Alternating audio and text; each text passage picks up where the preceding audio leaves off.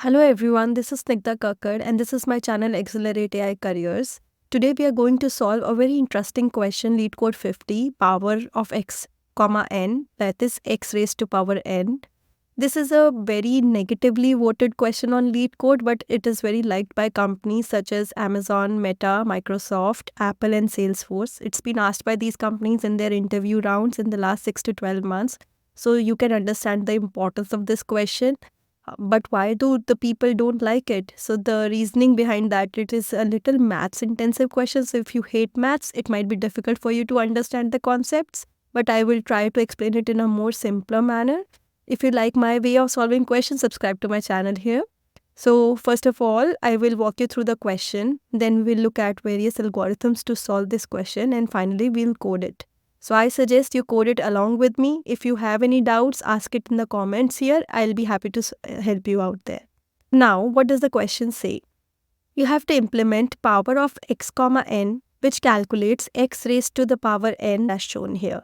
So now this x can be positive, it can be decimal, or it can be negative.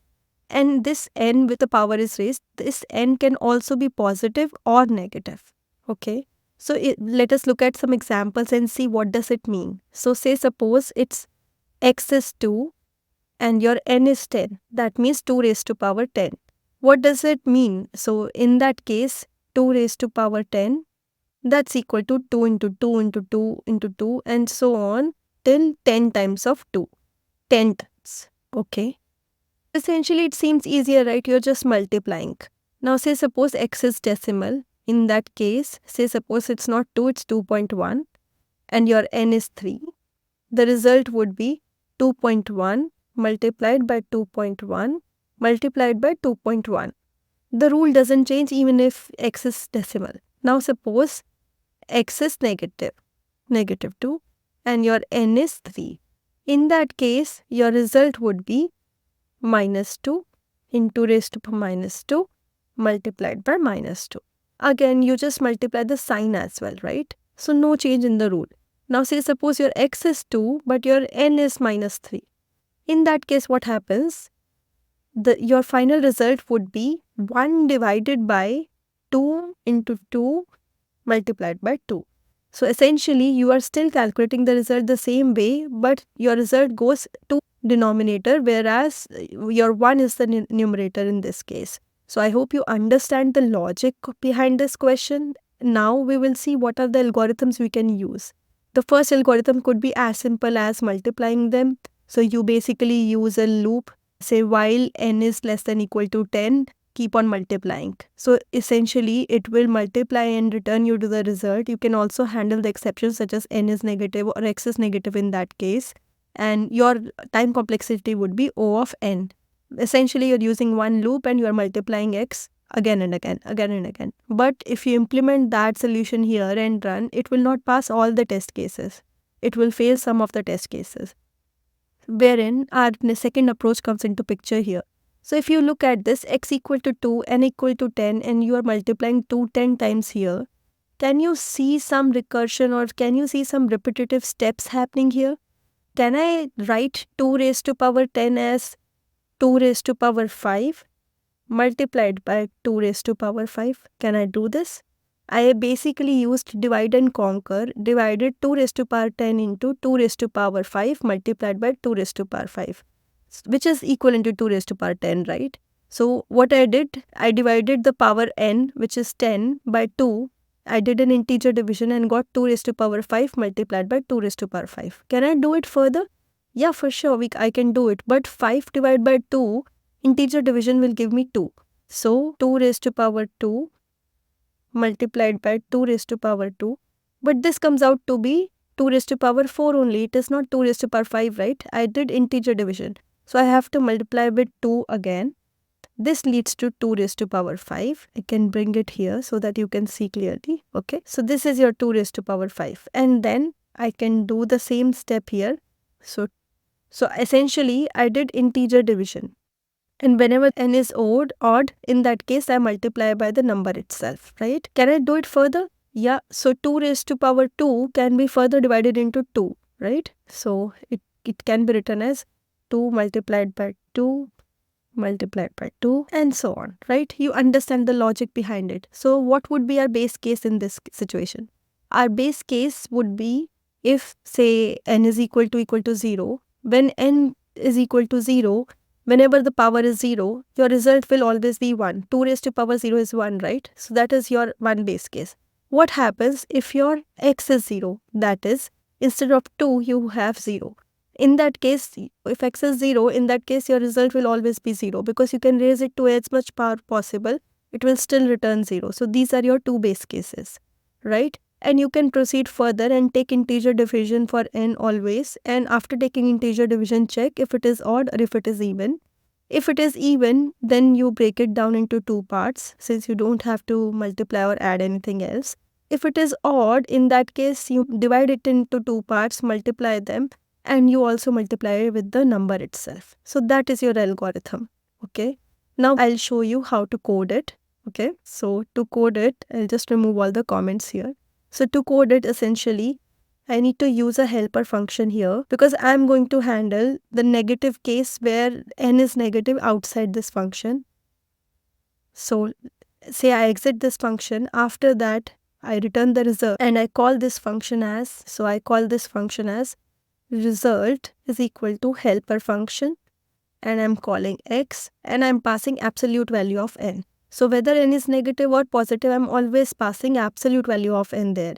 And finally, I return my result as it is if n is greater than equal to 0. Because in that case, I don't need to handle any edge case.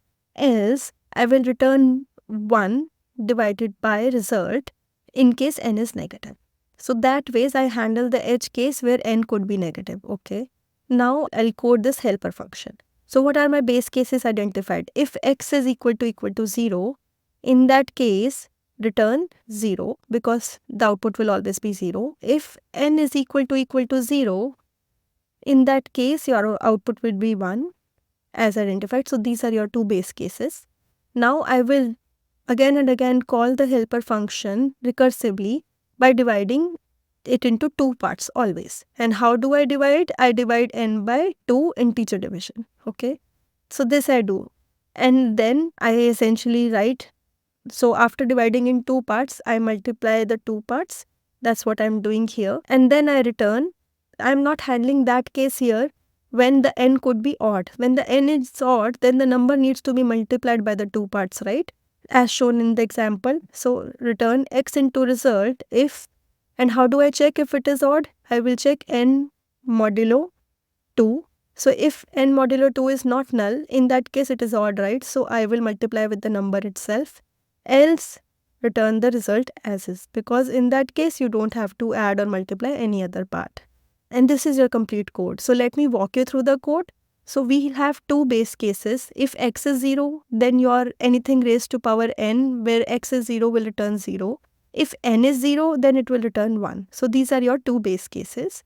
Then you call your helper function again by dividing and conquering and taking integer division for n by 2. And your result would be essentially multiplication of those two subparts. That's what I'm doing here. And then you also handle that edge case when your n is odd. In that case, you have to multiply these two parts with the number itself, like 2 raised to power 5. So the integer division of 5 would be 5 divided by 2, 2. So it would be 2 raised to power 2 into 2 raised to power 2 into number itself, which is 2. That's what I'm doing here. Else, you return the result. It's that the n is even. In that case, you don't need to multiply anything. And you call this helper function on x of absolute n. So basically, you are not passing negative n there. You are always passing absolute value of n there. And finally, you return the result by handling the negative n cases. So if n is positive, just return the result. If n is negative, in that case, reciprocate the result and return 1 divided by result. So let's run and see if this works.